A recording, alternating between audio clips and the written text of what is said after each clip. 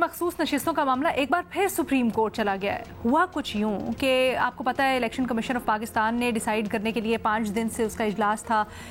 آج فائنلی فیصلہ یہ ہوا ہے کہ دوبارہ سپریم کورٹ سے رجوع کیا جائے گا. وہ جو ریویو داخل کیا تھا اس کے ساتھ ایک اور ایڈیشنل درخواست دائر کر دی گئی ہے کہ یہ بتائے, رہنمائی کرے سپریم کورٹ آف پاکستان کہ ترمیم کے بعد اب الیکشنز ایکٹ کے اوپر عمل درآمد کیا جائے یا پھر سپریم کورٹ آف پاکستان نے جو فیصلہ دیا ہے وہ لاگو ہونا چاہیے, اس کے اوپر عمل درآمد ہونا چاہیے.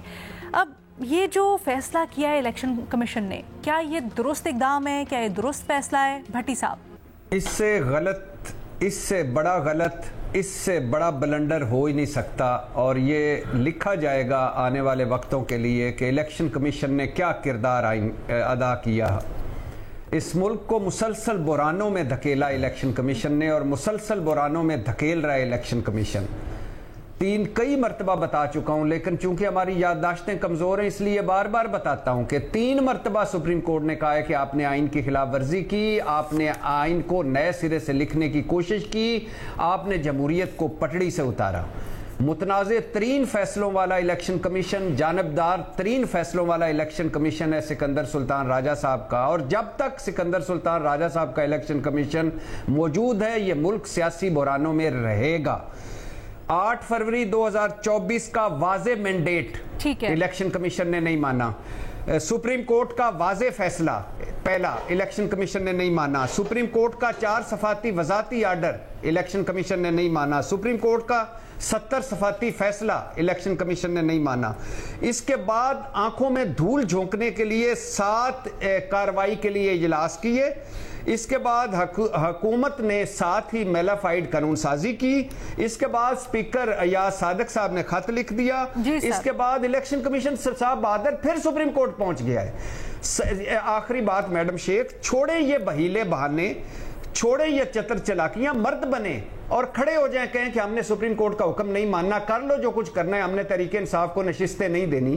کیوں اس ملک کو آئی گیٹ یور پوائنٹ بٹی صاحب, بٹ یہ نہ کہا کریں مرد بنے عورت بنے, سارے انسان ہوتے ہیں, ایسا نہ کہا کریں. یہ اب یہ بڑا اولڈ ہو گیا, آؤٹ ڈیٹڈ. نہیں میڈم شیخ, آپ کو کوئی جینڈر کا پرابلم ہو گیا ہے, یہ میں فکرہ بول رہا ہوں سر, جینڈر کا پرابلم ہو گیا ہے, ایسے نہیں ہوتا. چلو مرد اور عورت بن لیں, چلو مرد اور عورت بن لیں, مرد اور عورت بن لیں, دونوں کر لیں. آئی گیٹ یور پوائنٹ, آپ یہ کہنا چاہ رہے ہیں زمہ داری لیں اپنی, تو الفاظ ذرا ہم بہتر استعمال کر لیتے ہیں. فخر صاحب, مرد عورت کو چھوڑ دیں, یعنی بڑا دل کریں اور اصل والی اندر کی بات باہر لائیں, کہیں کہ نہیں ماننا ہم نے یہ فیصلہ, ہم نے نہیں دینی مخصوص نشستیں. اچھا فخر صاحب. علینا دیکھیں, میں حیران ہوں, پتہ نہیں بھٹی صاحب کیسے یہ کہہ دیتے ہیں 1 منٹ میں کہ الیکشن کمیشن نے آئین کو ری رائٹ کر دیا. اگر یہ فیصلہ دیکھا جائے تو آئین کو ایک بار پھر ری رائٹ کیا گیا ہے. جسٹس اطہر من اللہ صاحب نے کہا ہے, فیصلے میں لکھا ہے, آپ جو ہے وہ کورٹ, آپ نے ان کو کورٹ نہیں کیا, تو اس لیے جو ہے وہ میں آپ ہی کی بات سمجھتا ہوں. یہ جو بھٹی صاحب کہہ رہے ہیں کہ الیکشن کمیشن نے, یہ میں نے نہیں کہا, یہ سپریم کورٹ نے کہا. چلے آپ نے واضح کر دیا, سے اتارا الیکشن کمیشن, فخر کی بات سن لیں. Supreme court. فخر ٹھیک ہے بھٹی صاحب. اچھا دیکھیں, یہ جو یہ کہا جا رہا ہے کہ آئین کو ری رائٹ, میں حیران ہوں کہ دیکھیں سپریم کورٹ کی طرف سے الیکشن کمیشن کا بنیادی طور کے اوپر کام کیا ہے. ایک یہ ہے پولیٹیکل پارٹیز کو ریگولیٹ کرنا, اور دوسرا ہے الیکشن کرانا. اب یہ جو سپریم کورٹ کا فیصلہ ہے, اس میں یہ پولیٹیکل پارٹیز کو ریگولیٹ کرنے کا جو کام ہے وہ بھی سپریم کورٹ نے اپنے ہاتھ میں لے لیا, اور یہ انٹرا پارٹی الیکشنز کا جو ہے وہ انہوں نے بالکل کنسیڈر کیے بغیر ہی انہوں نے تمام تر جو ہے کہ یہ جو باڈی پی ٹی آئی کی پہلے والی تھی اس کو کنسیڈر کر کے وہ کیا جائے. دوسرا 81 نشستیں جو ہے وہ کہتے ہیں کہ وہ پی ٹی آئی کو جو ہے نا وہ ساری کنسیڈر کی جائیں گی, حالانکہ اس میں سے 41 ایسے تھے جو کہ جب یہ الیکشن نومینیشن پیپر ہو رہے تھے تو اس ٹائم انہوں نے آزاد کے طور کے اوپر کیا تھا. تو یہ پولیٹیکل پارٹیز کا جو ہیڈ کا کام بھی وہ سپریم کورٹ نے خود اپنے ہاتھ میں لے لیا. تو یہ آئین ری رائٹ الیکشن کمیشن کی طرف سے نہیں, دوسری طرف سے ہوا, اور اس کا اظہار جس دن یہ فیصلہ آیا تھا, جو میرے ذرائع ہیں وہ یہ کہتے ہیں الیکشن کمیشن کی طرف سے کافی اس سے مایوسی اور غم و غصے کا اظہار کیا گیا تھا کہ یہ جو الیکشن کمیشن ہے اس کو ٹیک اوور کر کے سپریم سپریم کورٹ خود چلا لے جو اگر الیکشن کمیشن جو اپنے کام ہے اس کو وہ اس طرح نہیں کرنے دیا جاتا. جہاں تک یہ 7 دنوں کی بات ہے, بھٹی صاحب کہہ رہے ہیں کہ 7 دنوں میں پتہ نہیں کیا کچھ انہوں نے وہ کیا ہے, کوئی اس کا نتیجہ نہیں آیا. دیکھیں یہ بالکل درست اور مناسب کام کیا گیا الیکشن کمیشن کی طرف سے کہ یہ دوبارہ سپریم کورٹ کو انہوں نے وہ بھیجا ہے. خاص طور کے اوپر یہ الیکشن کمیشن کا دیکھیں رول ڈیفائن کرنا ہوگا. سپریم کورٹ کا جو موجودہ فیصلہ ہے, جو ڈیٹیل ججمنٹ ہے, اس میں تو ایسے لگ رہا ہے کہ جو الیکشن کمیشن ہے وہ سارا کچھ سپریم کورٹ خود ہی بن گیا ہے, الیکشن کمیشن بھی.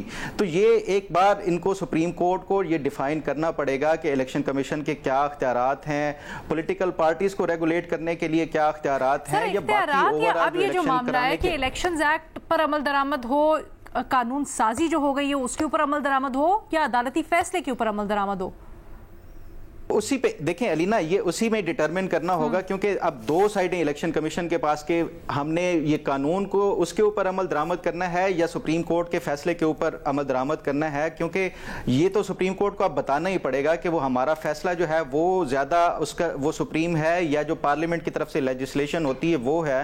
تو یہ ایک میرا خیال ہے کہ یہ ونس اینڈ فار آل اس کو یہ فیصلہ کرنا ہوگا.